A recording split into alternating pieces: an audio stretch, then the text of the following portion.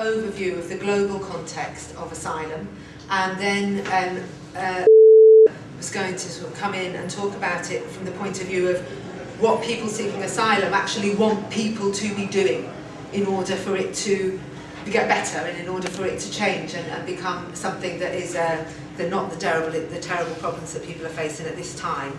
And personally, I'm most interested in the conversation and the discussion and the planning that we have coming forward, so I'm going to try and be as brief as I can. So I just want to start off by talking a little bit about the push, what we would call the push factors. Why do people end up leaving the place that they know, the people that they know, the language that they speak, the food that they eat, the weather that they experience? Why do people leave their familiar places to end up coming to a place like Manchester? And there was an important piece of work that was done by Stephen Castles and people down at Oxford in 2002 that made it quite explicit that whether you talk about somebody, and there's kind of two basic ways, isn't it? There's two kind of divisions going on around the people who are in these positions of great movement. They're either people who are asylum seekers, refugee people seeking asylum, or they are what they would call economic migrants. Now, what the Castles work showed was that the push factors at the back of these people, whether they are being defined in this country as people seeking asylum or as economic migrants, are the same. They are the same push factors, and we need to keep that very much clearly in our minds. So by that I mean, people are coming from situations of civil war, they're coming from situations where there's underdeveloped infrastructure. There's underdeveloped infrastructure because there's a history of colonialism or imperialism, followed by a history of a failure to deliver on the part of the West in terms of the promises it made to those countries around what would change at the point of independence and the role of the West in relation to them. So just fact number one in this, the push factors are fundamentally the same. Whether somebody is arguing with you on the basis that these people are seeking asylum, or they're arguing with you on the basis that most of these people are economic migrants, the reasons people take those moves in the first place are fundamentally the same. Fact number two, or area number two, that is absolutely fundamental to this whole question of asylum is the role of the arms trade. Jonathan Neal just talked about £1.3 trillion being spent annually on arms. £1.3 trillion being spent annually on arms in the world. The UK is the world's second largest arms exporting country. That's according to a report to the American Congress in 2003. The UK is the second largest arms exporting country. But supposedly since 1997, the UK has not been selling arms to countries where the presence of arms could fuel conflict. That's the theory. In practice, they've modified legislation and they've actually broken down the arms industry so that it's legal to sell the component. So you don't sell the gun, you don't sell the bomb, you sell that bit of the gun over there and that bit of the bomb over here. So they're selling arms not as whole pieces but in component forms that then get reassembled into whole pieces. And this is on the basis of a study that was commissioned and published in 2004 by Oxfam. So the UK is actually a key supplier of arms components in the world. And then between 1998 and 2002, the number of arms components licensed for sale increased to the power of 11, increased 11-fold. And the number of assault rifle components has increased 4-fold. That's just in that 4-year period. And perhaps not surprisingly, or indeed not surprisingly, we have a situation of deteriorating conflict situations. Crisis Watch in August identified that there were 11 conflict situations in the world that they were defining in that month as in a deteriorating condition. So let's move away then. Push factors, arms trade. Is it coming in? Push factors, arms trade. I want to move on now quickly to requests for asylum in the West, which have fallen by a fifth in the West compared to a year ago. However, in the last year, there's been a 31% increase in requests from Iraq, which number 5,700, a 20% increase in requests from Haiti, and that's from a United Nations report published in September. And the United Nations High Commission for Refugees describes those increases in those areas as explicitly deriving from a lack of security in these countries. So we went into Iraq in 2003 in the name of security, and in 2005 the place where the more people are coming or trying to come from than anywhere else is Iraq. This is the contradictions of the system, this is the craziness and the madness of the system that we're in. Okay. According to the UNHCR, of 24 of the countries of the European Union, and this is excluding Italy, the requests are down 17% compared to a year ago, and down 30% compared to 2 years ago. France is the single largest destination worldwide, the US second, Britain, and then Germany. But the lead country of origin into European states is Serbia and Montenegro, which is including the state Kosovo, and then China, and then Russia, including Chechnya. So these are the actual facts. That's not coming from people like us on the left, that's coming from the system around the movement of people, the reasons for the movement of people, the role of the arms trade inside of those situations, and what's actually happening at this end. Now, Akila will speak more deeply about what it is that people seeking asylum, some of the things that people seeking asylum want to see happening in this country in order for us to make sure that the dehumanisation process that we have been experiencing stops. But I just want to remind us all that you know, in the last few years there's been 33 suicides in detention in this country. And there are countless people, and I suspect, just on the basis of my work, I would say it's over 100,000. And the government is very wary about describing how many it is, but countless people who have ended up having to go underground in this country because they've been failed by the system and they have nowhere to go. And that is including of children. So when we talk about human rights and when we talk about children's rights, these are the facts that we need to be very, very clear about and very forceful about when we talk with people about the way forward on the issue.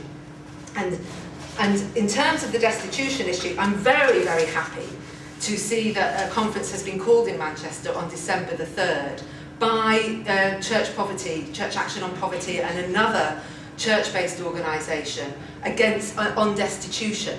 And I think it's really important that there's a movement forwards for that and in support of that and an opening out, and that the faith-based communities, that's obviously coming from the Church of England and Christian-based communities, but there's an opening out to the imams, there's an opening out to the synagogues and to the agnostics too. So there's roles for everybody there. And then of course there's Section 9. It's important, and we've brought these in, Section 9, which people here may or may not know, but it's the latest piece of legislation where they're separating the child from the parent in the name of making people agree to return or come out of the asylum system. And that is being mobilised for in Manchester on the 19th of November, where the young people themselves who are on this receiving end and are historically voiceless inside of that situation are going to take the lead and come to the fore. Now, in terms of what's going on under Section 9, in terms of the violations that are taking place, people involved in the asylum system are now describing the behaviour of officials that are implementing the asylum and immigration legislation as being equivalent to the Nazi political police force, the Gestapo, where you have people at dawn raiding houses, clad from head to foot in black, in riot gear, handcuffing parents and arresting children. This is what's happening in this country now in our name. Okay. And fortunately, these violations of human rights do breed resistance. And they do breed situations like this, where we've got this conference happening today and we're here in this room to talk about what we're going to do about those resistances.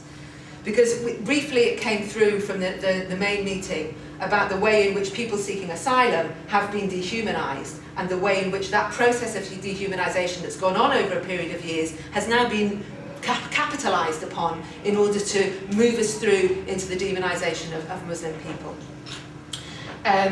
But what they never do inside of this, they construct the person seeking asylum as a scrounger, they construct them as a drain on the resources. You can't get a hospital bed, it's because of asylum seekers. You can't get a place in school because of asylum seekers. You can't get the council to come and mend your front gate because people seeking asylum are living down the road and that all the money's going in that direction. And what they're not talking about inside of this, and this is what we need to make sure gets connected up, is the reality around the spending programs that are going on.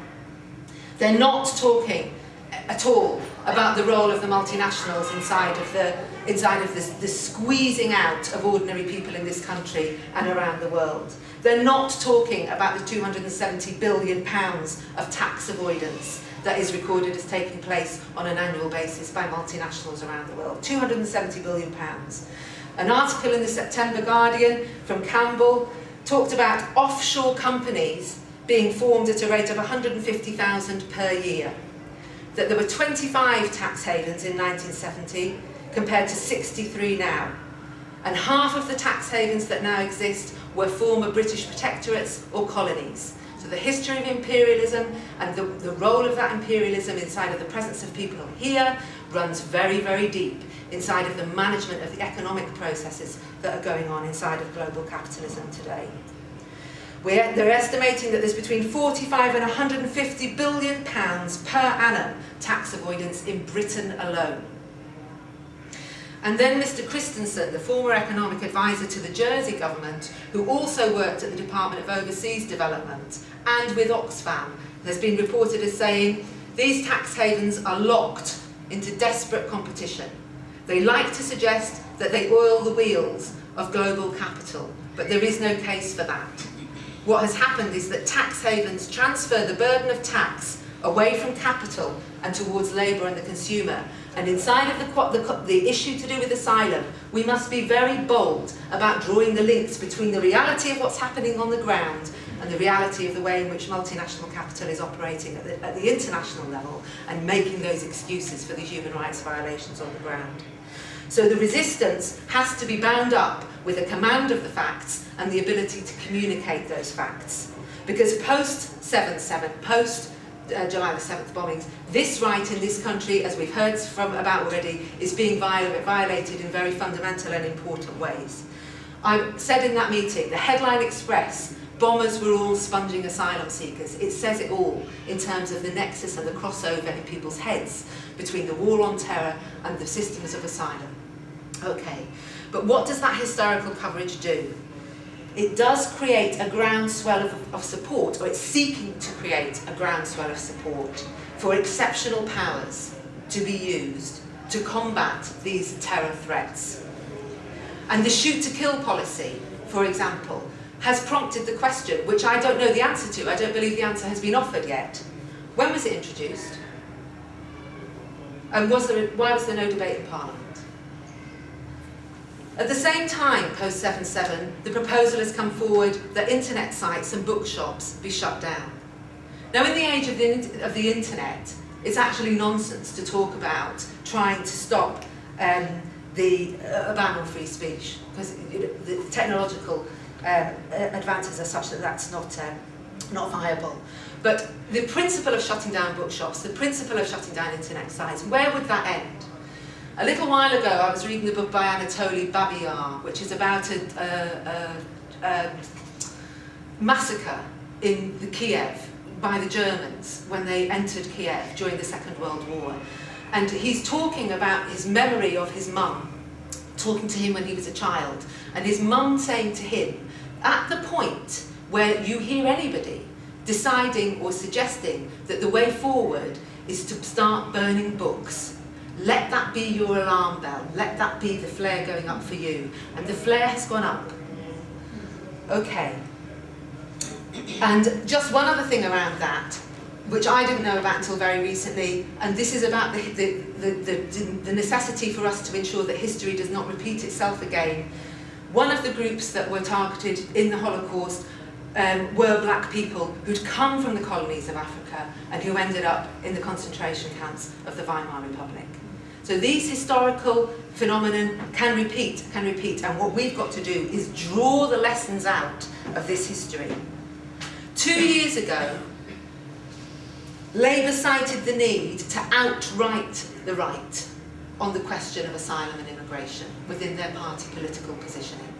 That they needed to draw people away from the BNP, and therefore they had to be tough on asylum and they had to be tough on immigration in order to make sure that people were not attracted towards the BNP. Well, where is the BNP now?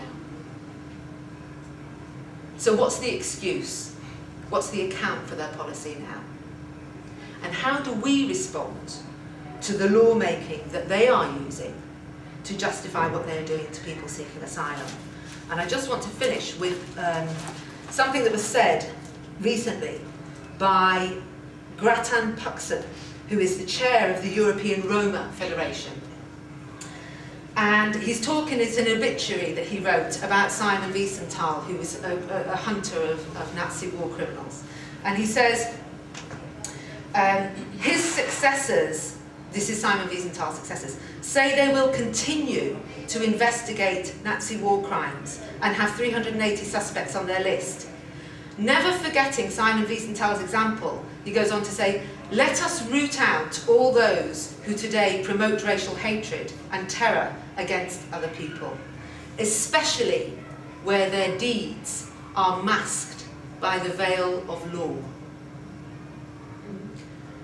For myself, he says, these are the murderers among us who need to be exposed. Okay, thanks.